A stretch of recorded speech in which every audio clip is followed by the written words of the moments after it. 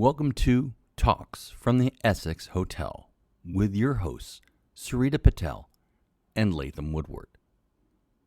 The views expressed on this show are those of our guests and are not necessarily in line with our opinions, but can be. Please enjoy this program and don't forget to like and subscribe. Thank you.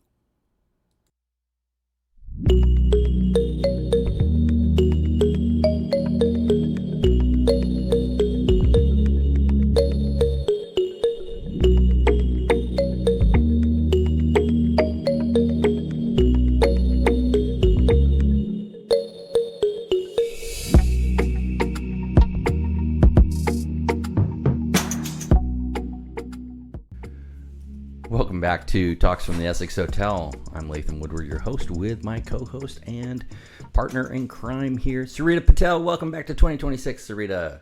Good morning, Latham. It's great to see you. It's great to see you, and it's great to be back here on air talking about kind of the wrap-up for 2025 and all of our crazy predictions and prophecies and all that stuff that actually came to pass.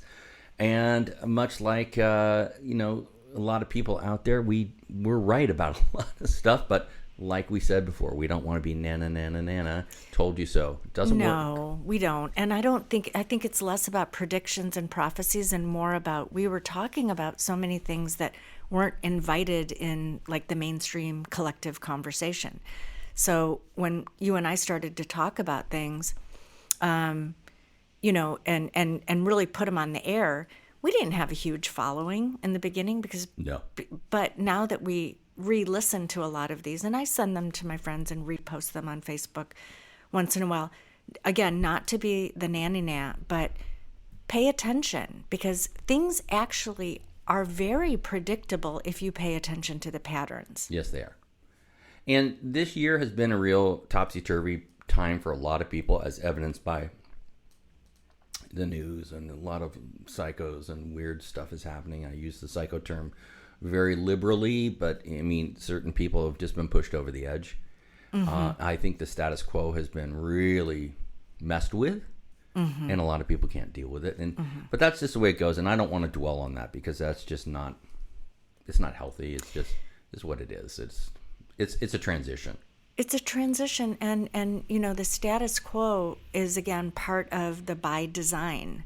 So why wouldn't people rely on the status quo for 50 years? I mean, we've lived in a society that promised us this if we do this, and that is what is falling apart. So now people actually do need to pivot and become more self-reliant, more self-responsible. It's not just words here about getting up at 5 a.m., it's truly being an independent person, self-reliant person. That doesn't mean you live out in the woods by yourself. No, don't write a manifesto. Don't live in a log cabin by yourself in the middle of Montana. That's a good rule to live by to start. But it's also the reality that whether you say it's Joe Rogan or it's MSNBC or whoever tangential media corporation is influencing the popular zeitgeist. Mm-hmm. What we know now is there's information is available to a lot more people, mm-hmm. and a lot more people are seeing what's going on. And that kind of leads me to what we were discussing earlier and what we've been discussing all year. And that's this thing, the obsession through the media about luxury, mm-hmm. Mm-hmm. and that term luxury and lifestyles and luxury lifestyles, and how I don't really get it, because they produce so much content, the media does in general, about these very hard to obtain luxury lifestyles. You've been around it, your life, I've been around it, and not that I participated so much in it, but the reality was that there's a hidden cost to this luxury type of lifestyle. Mm-hmm. That's not on the advertisement. It's the small print. Yeah. Or no print. Yeah, and I don't begrudge anyone making a lot of money. Me neither. No. I mean, it's if you can do it and you're smart enough to, and you've got the wherewithal and the temperance to deal with it in a great, effective fashion, and you employ people, God bless you. I did it for a long time. I employed a lot of people, mm-hmm. in my career, and you did too. Mm-hmm. And those things make a difference. But when you transition from I'm someone who creates jobs, I'm someone who supports a company, I'm someone who supports a group of people, to look at me, I'm in my gilded cage, you can't touch me, there's no way you'll be me, but I'm going to show you what it's like to be me, right? Mm-hmm. And I'm going to let the media show you what it's like to live in a hotel in Stad for 12 weeks, you know. Mm-hmm. That's different. That's becoming like braggadocious. Yeah. If that's a word. Yeah, that's a if it's not a word, it should be a word. Braggadocious. But I just see it all the time on the TV. My daughter watches these things. It's very girl centric. I think a lot of these things, Kardashians, the Below Decks, and the Below Decks is a great example of people who service the super wealthy, and sometimes in a very unfortunate fashion because they're wealthy and they don't know how to behave being wealthy. You know, and they're just like throwing their weight around, and it's very ugly. But it's kind of poisonous in a weird way. Well, I think it is. I mean, all it does is reinforce the inequality, or even, take an old word, the caste system. These are all so tied in with different language. Right. So you think it's different, but it's really the same. And the caste system is really there to reinforce inequality. It is. And whoever decided that was part of the main rules on the game board, that's kind of sick. Well, you got to think about it like this. Maybe they have something to protect as well. Maybe their business is based around that. Whether that's fostering this kind of lifestyle, fostering these kind of thoughts and things like that. I think back to, when I travel, fortunately, to Europe annually, and I'm exposed to a lot of stuff. And one of the things that I've seen, especially in like German TV, Deutsche Welle, and things like this, is Germans, as a country, have a disproportionate amount of wealthy people for a country their size. But what you notice about the Germans, the super wealthy Germans, I think they learned their lesson in World War II. They keep a really low profile. I mean, they don't go strutting around. And when they do, it's very private, and they don't, do this whole American, French kind of thing, over the top living kind of thing, with jets and yachts and things like that. And like I said, I don't begrudge anybody these things. But when you start to show off about it and really make it a big deal about, look at me, haha, you don't have this, but maybe you could one day, which is almost literally impossible for most people. It's hard to grasp. And the luxury, propelling this luxury kind of thing into everybody's life, to me is bizarre. Yeah, and we've talked about that a lot, but it's timely to talk about it because the luxury lifestyle is now, it has been created. It's definitely out there. It's being sold and it's being purchased. Okay. But it also, I think, comes on the back of Hollywood and like what the celebrity lifestyle was. So it started with a celebrity lifestyle, which included luxury, but it wasn't so in your face. Oh, no. Have you ever seen things from the 50s? From like, those shows, it was like a newsreel kind of thing, and it would be like, we're going to go see Frank Sinatra in Palm Springs, and we're going to see how he lives his lifestyle. It was a great lifestyle. Right. I mean, I've seen all the ones, Bing Crosby, Bob Hope, Marilyn Monroe, Joe DiMaggio in the desert, and things like this. They had a very attainable kind of luxury. It was nice, right? Don't get me wrong. I mean, it was really neat. I've been in Dean Martin's house in Palm Springs, for instance. It was nice, but it was not one of these crazy giant mansion things you see on TV now. And Dino was the biggest guy in music next to Frank Sinatra.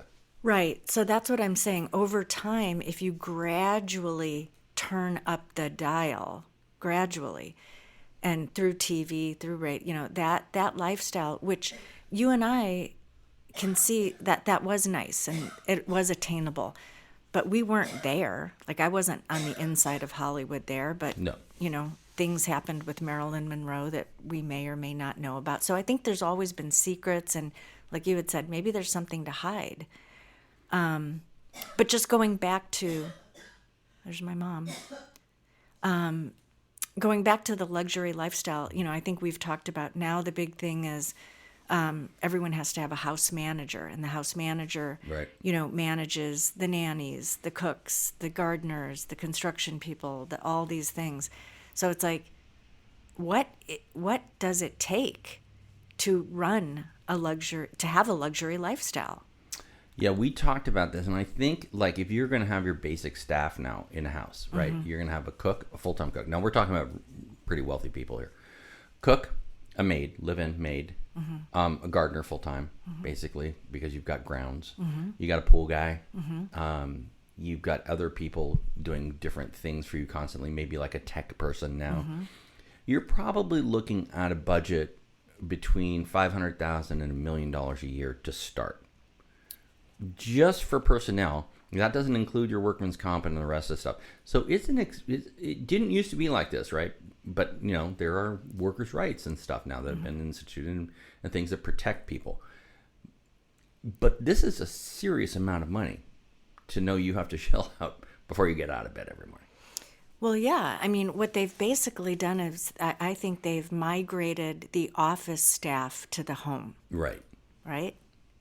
Because a lot of these people who built the McMansions were exiting from their corporations, which gave them that huge amount of wealth. And now their McMansion is their new corporation. So that old kind of family, the wealth that certain people had that required a staff has exploded. There are more wealthy people needing this kind of a setup than ever before. Right. Now, you're intimately familiar with this because you've done this before, and you know what it costs to run a household, a big household. And just from the time you stopped doing that, I think about 11 years ago now, 12 years ago, to now, what do you think it's grown in terms of cost? Oh, my God. Fourfold? Oh, I don't even have the statistic, but I've said this whole industry is going to explode in the next 10 years. In terms of getting bigger or? Getting bigger. Wow, really? Oh, yeah. I mean, I would say in 2015, I started talking about it with people because I'd already been in a home, in somebody's home, for over 20 years. And it wasn't a thing. Actually, recruiters used to say to me, oh, well, somebody who works in a home, that's kind of low. We're looking for, who want to work in a corporation. And I was like, well, that's not where I'm an assistant. I'm in a home. And the home comes with the regular things that come along with a home. Kids, dogs. Right. Plumbing that fall down. Trees that fall down. Nappy neighbors. Just the whole thing, the whole 9 yards. It's like Green Acres. Remember when we did the episode on Green Acres? Yeah. That's actually a great example. So, yeah, I do think the industry has exploded. If you go onto LinkedIn and you type in house manager or chief of staff, it's just like there's more jobs for that than there are marketing agents. Yeah. It is interesting. I mean, just to see the amount of people who are doing this job right now and how much it takes. And I think we're inundated with it around here, too, because we are in the Bay Area, right? And there's a lot of people with a lot of money here. It's crazy money now, and especially with this AI thing. But that being said, with the AI thing, what do you think is going to happen in the next year or two with AI if it starts to implode? There are going to be a lot of sour people out there out of a job, too. Well, I think it's just like it could be another version of, the breakdown of the factories and things like that. And we'll have a lot of serious alcoholics. We'll have drug addicts. We'll have depression. We'll have suicide. We'll have the next step of the breakage of humans. Right. Well, that's another topic for another day, but that's a serious one. The realities are that, getting back to, let's go back to 2025 wrap up. What other things stand out for you in 2025 that we had discussed and that you've seen come to pass? Well, I mean, you reminded me that a year ago we did that episode on how important it was to take care of our parents. Yes. Or our moms or whatever. And I happened to be in Illinois taking care of my mom. And we were kind of missing the beat on keeping up with the production. right? You had to do what you had to do, though. Well, and that's something you and I really sorted out. Things came up. Your dad passed away. Yep. We moved offices. Twice. How much moving did we do? We did a year? lot, but you know what? All of it was named down to what was necessary to be done. It was a pain in the ass. Yep. On every front. Yep. We were in recovery last year in terms of emotional recovery after Voldemort screwed us. Right. Screwed us. Yeah, and then for those of you who don't know, I don't know if we covered it in other hands. Sarita and I were involved with a very high level con man, just a confidence man, who was snowing people for years, to the tune of millions and millions and millions of dollars.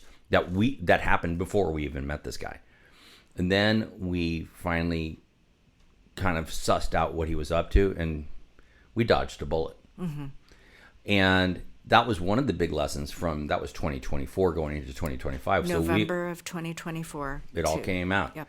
And then, so 2025, the first 2 months when you were back in Chicago, I'm sure you were still suffering from that hangover, just like how much you invested in that project. And it was going to be a worldwide project. It was going to be huge.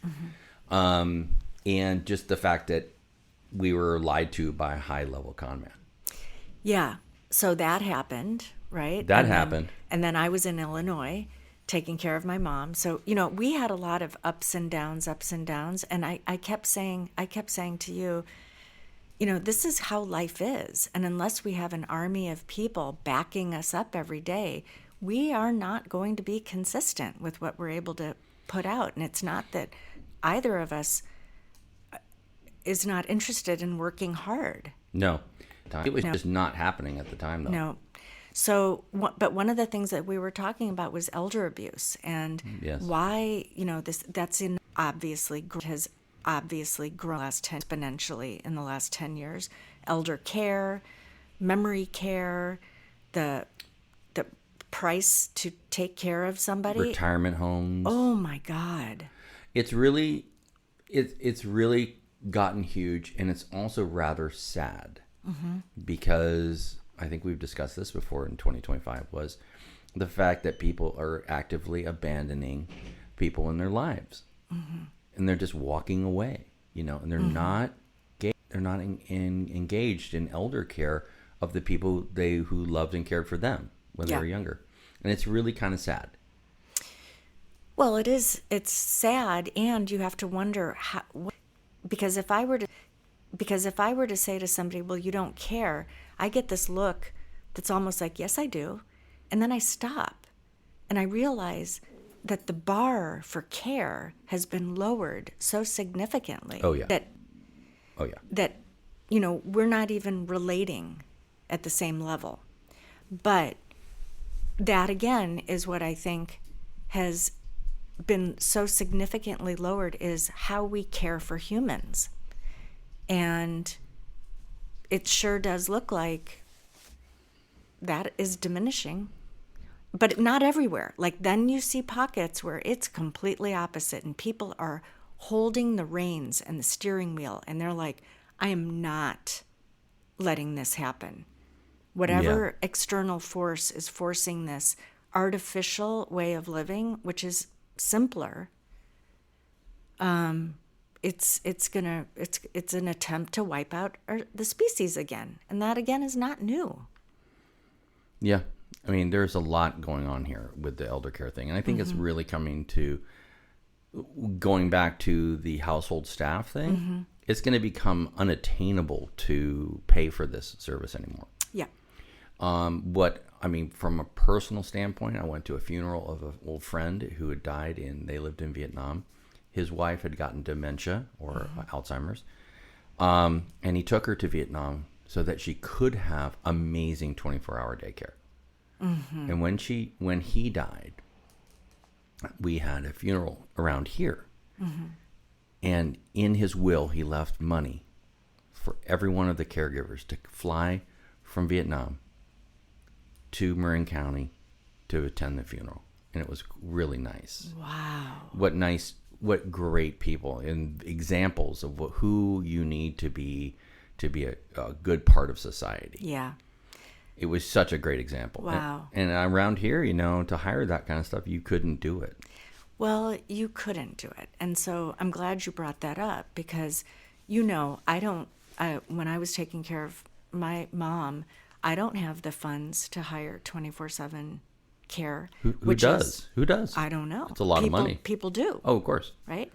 So when I was challenged with that issue, I thought, well, okay, this is going to be another thing I get to dive deeply into.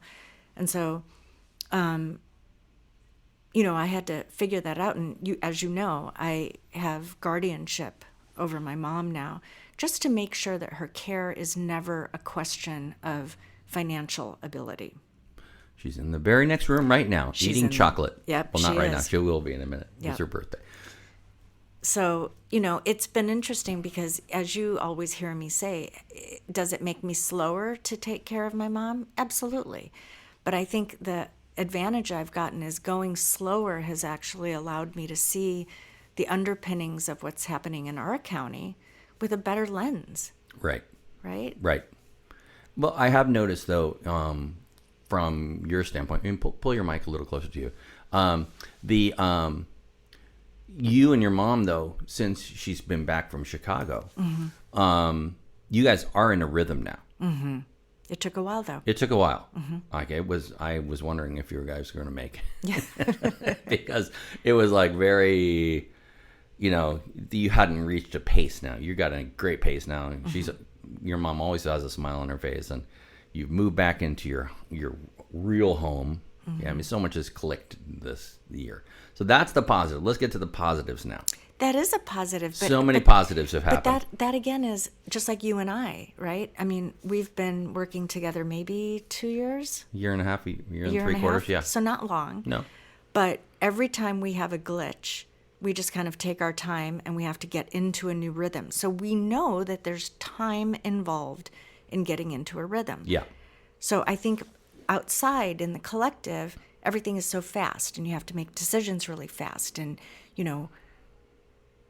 everything is fast. So you don't really get time to get into a rhythm. You just pass it off to somebody or something. Mm-hmm. I think that you just brought up something really, really important. The speed of life. Mm-hmm. Everything everyone does now seems to be under pressure.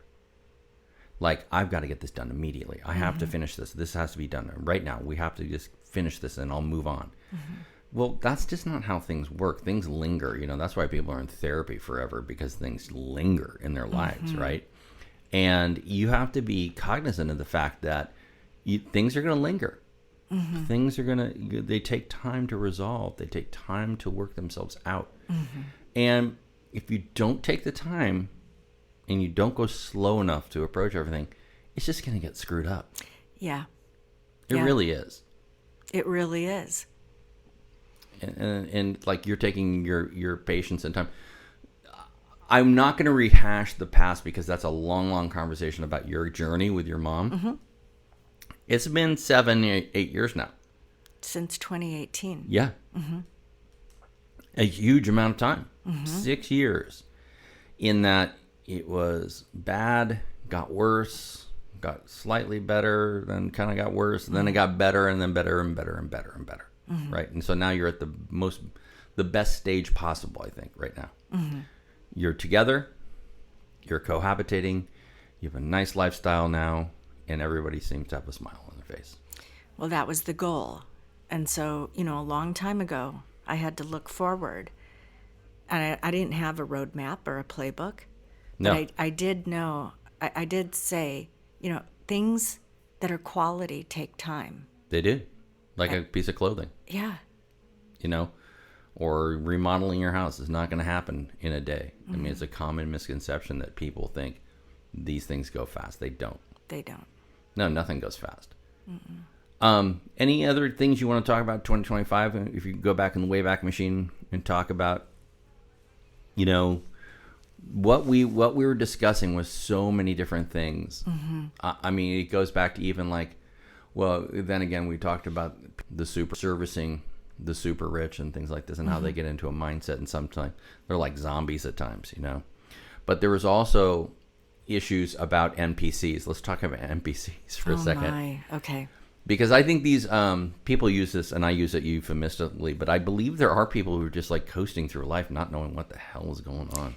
Yeah, I do too. And I kind of, I don't call them NPCs, but that is the word. For those of you who don't know, it's non-player character. That's Yeah. like in a video game. It's like individuals you run into in a live action kind of thing. It's like they say gibberish and do crazy things out of the blue, and you're like, what was that interaction? Right.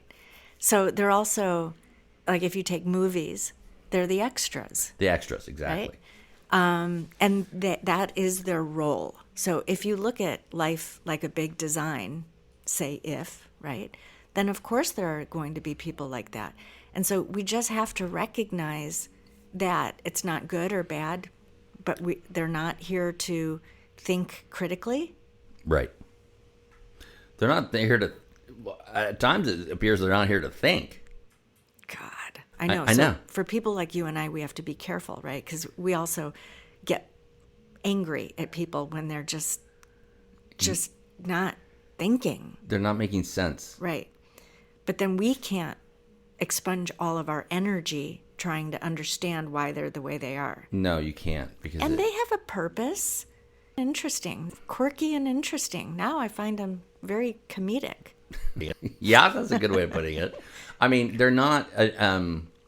You could be annoyed at people like this, but oftentimes they're space fillers that you need. Yes. They're space fillers that you do need, and you're like that chit chat, that random chit chat at the line in the supermarket or the bus stop or whatever. It's just like it's information you don't necessarily need, but it's like it's not harming anyone really, right? Right. It's just chit chat, and that's all it is. Right.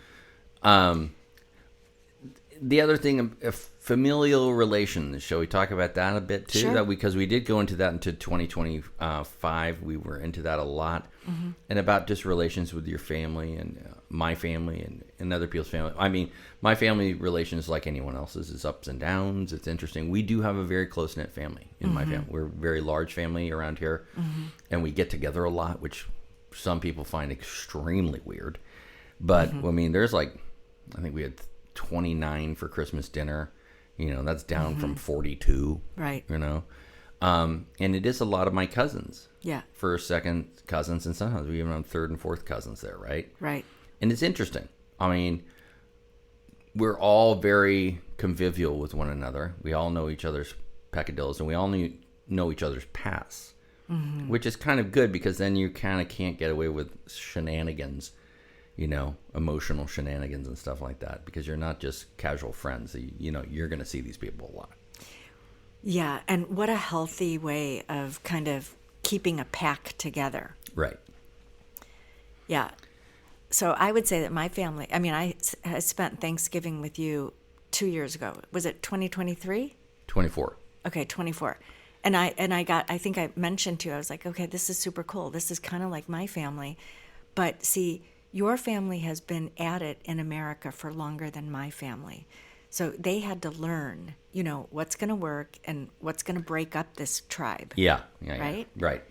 And I feel like a lot of immigrants, newer immigrants, we haven't learned that lesson yet. So, you know, we could deteriorate as a pack in America. We could, or not.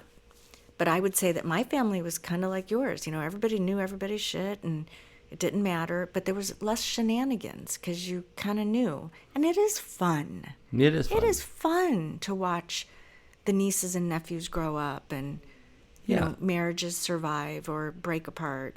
But, you know, there's a care in a family. It's connectivity. And it's important. And I appreciate my family for what they are. I mean, none of us are perfect. We have some black sheep in our family. Believe me. You just don't see them very often.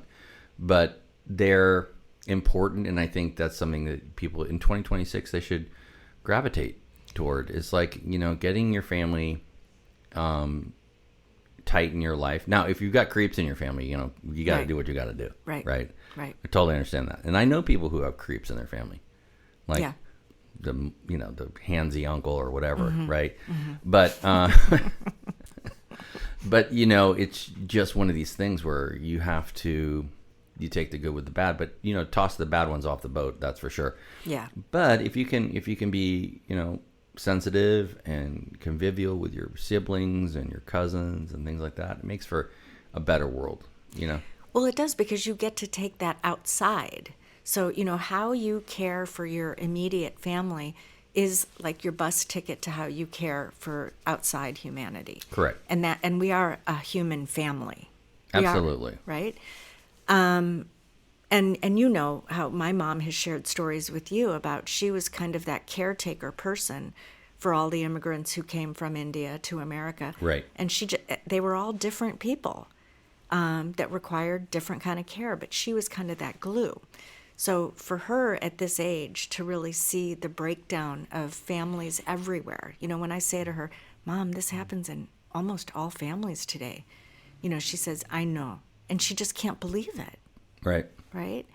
So I agree with you. In 2026, what we can do to like repair that, I think will have more value for the quality of how we live than almost anything else, more than good water and good food. Right.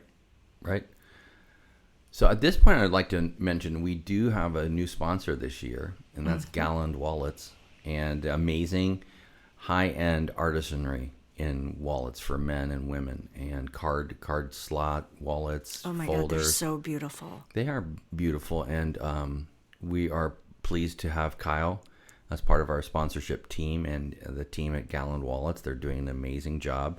And if you want handheld and handmade, hand-stitched, that's what I meant, not handheld. You're holding them in your hand when you're stitching them. But if you want that kind of quality that will last you a long time, look for Galland Wallets, and you can find them at gallandwallets.shop. And we'll have more from them in visuals. If we do some shorts on Instagram, we'll show them Galland Wallets, and they're just amazing with the side piping and the contrasting colors, and just it's an amazing product that you just don't see very much anymore. No, you just don't. And Latham will put a link in the notes, but yeah, it's one of those things. Remember when I met Kyle, he was showing them to somebody, and I just stopped and I was like, where are these from? Because you and I have a fine eye for fine things. It's truly, and it's not this. We're not just hyping this up as an overblown commercial, but it's rare that you see something that stops you in your tracks and you go, gee, what? That's pretty damn cool. Mm-hmm. But we also go slower in life, right? So we're able to actually see things like that. Yes. And that's what happened. And, you've had people on the show that you've met in the grocery store, but it's because you bother to talk to the person in back of you. Yeah, that's a part of being older. Like I'm a dad in line talking about someone's choice on their cart. It's ridiculous, but I do it now, and I'm just like, oh Jesus! Like catching my mom talk to a French housewife, and she doesn't speak French, right? In a grocery store in France, and I was like, what are you doing? You don't speak French. And she's like, we were admiring the tomatoes. I was like, right, oh right. God. Two 80-year-old ladies talking about tomatoes in different languages. But your mom was probably like that when you were younger, and I'll bet you if we knew each other when we were younger, we were probably similar. Yeah, probably. Right. Well, anyway, Galland Wallets. Look for them. I'll put something down below so you can check them out for yourself. They are incredible. Price is right for a piece of long-lasting heritage wallet that you can have for a long time, and the price is right. So take a look at Galland Wallets. Anything else in 2025 you want to wrap with? Yeah, I think 2025 also gave us a turn on this whole luxury lifestyle. I think luxury lifestyle is going to really be more about the quality of your life, the quality of the things that you decide to buy, how you use time. So I don't know what's going to happen to all those metal and glass buildings, but yeah, I mean, I think if you ask anyone who's very, very wealthy, like multimillionaire, billionaire class, their most important asset is time. Yep. Because they realize that a lot of people who have attained a certain financial goal, they realize they've got everything. Mm-hmm. So it's not just the people you see on TV flashing their wealth. There's a lot of people out there with a lot of money. I grew up in the summers of my life in Sheridan, Wyoming. Mm-hmm. And there's a bar there called the Mint Bar. And I often told when we were young, my wife and I, when we would go back there, and her girlfriends were like, oh, I can't find a man in San Francisco. I'm like, well, why don't you just come to Sheridan with us? There's plenty of men out there. They're real men. And you might just be sitting next to a billionaire you'd never know because he's got his shit-kicking boots on and he's dirty from the ranch and stuff like that. But there are a lot of those guys out there, a lot of women like that who just are low-key, do good work, and but they value time. Well, that's it, because we are here for a limited amount of time and we don't know. You've only got so much time to do stuff you need to do. You know, my sister just passed away in April of 2025. So sorry to hear that no, again. That's okay. But, you know, when I look at the quality of her life as a creative person, so that is it. So from 2025 to 2026, I think we definitely, this is the turn of the creator, not the taker. So the Voldemorts and all those con artists, they can keep going on doing what they're doing, but I do see just an explosive amount of creativity about to burgeon. Because I think so. Yeah. And I think if people are fearful of AI and things, I think they should be to a certain extent. But also what has come out of this is, for the first time in a long time, trade schools in the United States are full. Yeah. They've got waiting lists, and people are gravitating back towards skill sets that you just can't replicate in AI. And also, the funny thing about AI, where it's kind of come back to bite itself in the ass, is the reality that you can detect what AI is. An AI program can say, yeah, that was created with AI. So even authorship or art or music, it's immediately detectable that it was created by AI because of certain algorithmic standout points that it can identify. So with respect to things like the visual arts, music, writing, there's still opportunities for people in there. And the trades, there's certainly opportunity for a lot of good people to do a lot of good things. And that might be bringing back industry to the United States that we lost and we basically gave away to other people in other nations. So maybe there's a flip side. Maybe there's a great positive to come out of this. I mean, I'm holding out hope because there's a lot of negatives that are certainly popping up. Well, yeah, but that's what they're going to do. They're going to run with, forcing this down the throats of people. I mean, that's the fastest way to get a customer right now. But I think there's a lot more pushback, and the pushback is not negative. It's because people feel the inauthenticity of it. Yeah. So I think we're if we keep moving into a feeling state, we already have intellect. So it's the balance of the two. Right. Yeah, on that note, I mean, maybe we should wrap it up for the 2025 wrap up. Except I want to say that I think so much stuff happened in that 1 year, not only to us but a lot of people, that it was kind of a palate cleanser in a weird way. I mean, if I've got one piece of advice for anybody listening, get the hell off of mass media. I mean, we watched the death of like formerly great magazines like The Atlantic, and we can go into that another time. But I used to read The Atlantic. It was a very well-read magazine, well-written, and it was very dynamic. It's descended into the depths of just ridiculousness. And you've got a lot of major publications and major TV networks, whether it's Fox or MSNBC or CNN, or you can't tell if they're not agenda-driven anymore. You can't. Well, it's like they've lost the script. Well, or AI is writing it. I don't know. But it sure is bizarre because I do skim all of those publications every single day. Sure. And I send you stuff. But what I am seeing is somebody lost the script.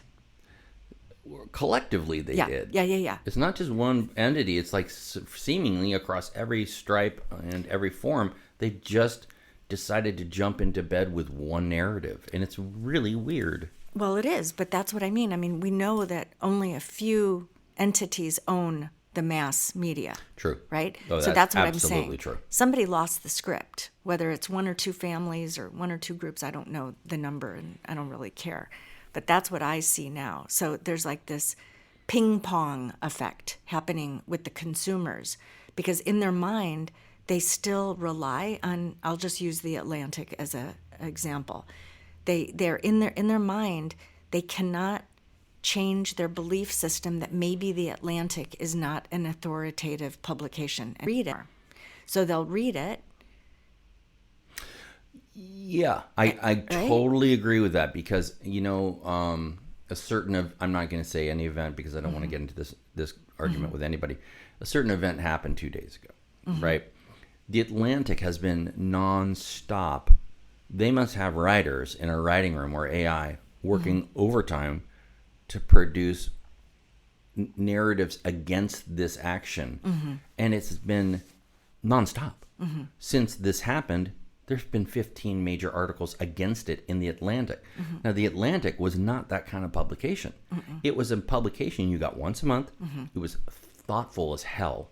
Took a long time to read. And research, yeah. It was like the old New Yorker, right? Where you had like an interview with Andy Warhol was 33 pages long. You're like, I don't know if I want to know this much about Andy Warhol, but here we go, right?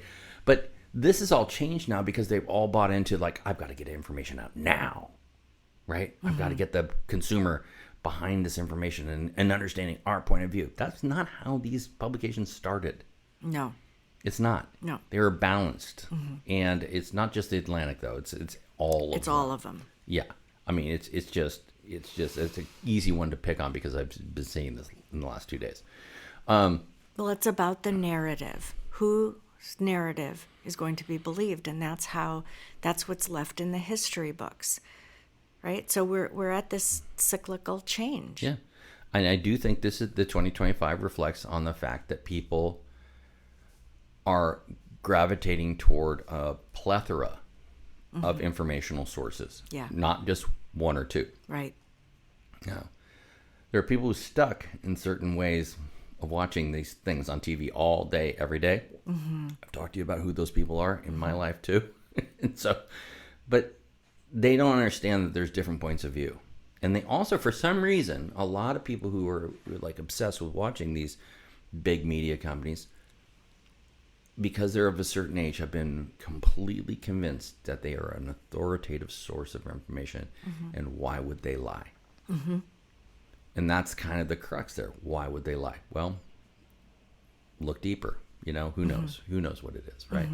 But the openness of information is what 2024 and 2025 took us to. That gate, it opened the door. It opened the gates of hell. Yeah. In a lot of ways, right? Because to some people, it just, like the people we're talking about in certain areas, it's too much for them to deal with because they owned everything before.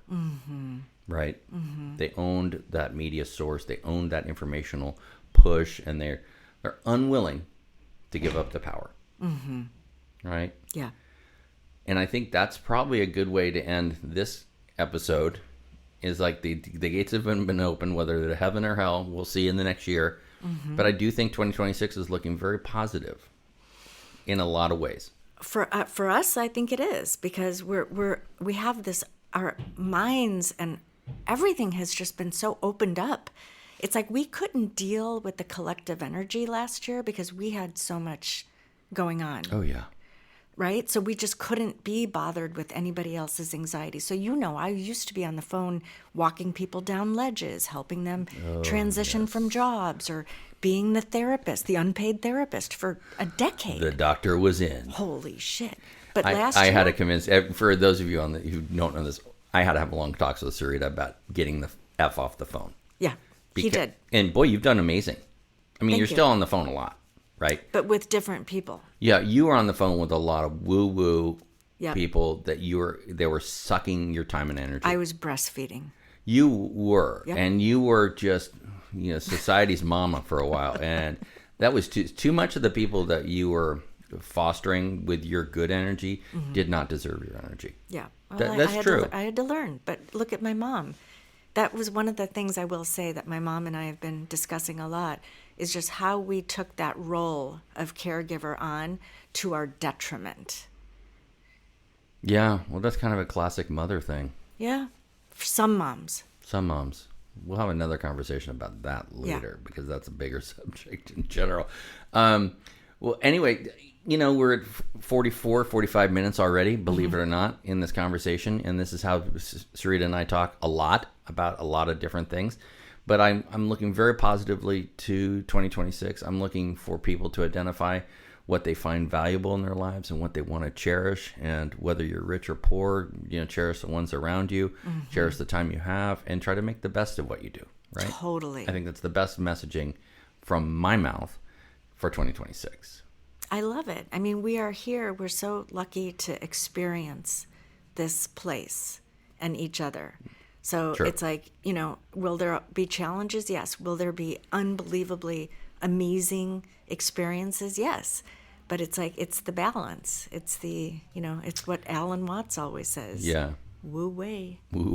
But also, I think this is the year where there are a lot of people who pushed you around saying certain things. They're going to come crying back to you about you were right.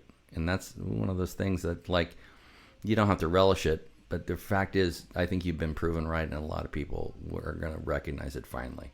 Well, yeah, I hope. And I don't want, again, when I share that kind of information with people, it's really to help them. It's not to be what are you, an idiot? Yeah, Right? yeah. It's never been like that. I want to give people a heads up. Yeah, and that's good. And I don't want to say nya nya nya to anybody either. Me neither. And I just wanted people to be happy, and happy with themselves and their lives. Me too. But we'll leave it there. And happy 2026 to everybody. Happy 2026. And Latham, I am so grateful to have just been on this roller coaster ride with you this last year. I was thinking the same thing today, and I'm very thankful for you in my life. I'm thankful for what we've made and have created, and I'm thankful for what was to come, because we're both doing our own thing separately from this, but we're doing our similar thing here. It's a great come to space where we can talk the talk that we want to talk. Yep. Thank you. Thank you. And we'll see you next time here on Talks from the Essex Hotel. We're back at the Essex Hotel in our suite, and we're happy as hell to be here. Happy 2026, everyone. Bye-bye. Bye-bye.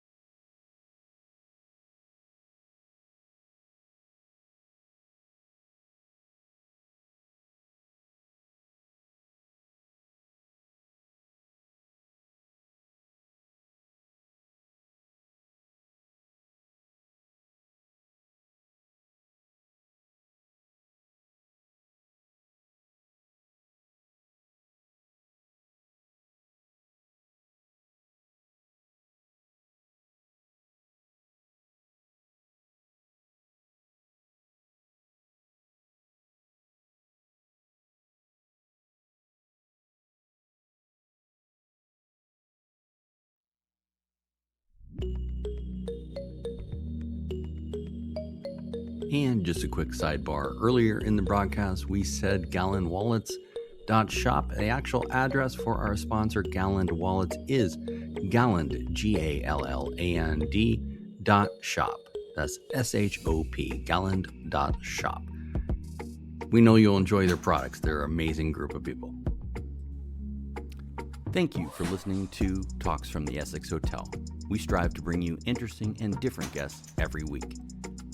Please like and subscribe to hear more content from Talks from the Essex Hotel. Until next time, see you then.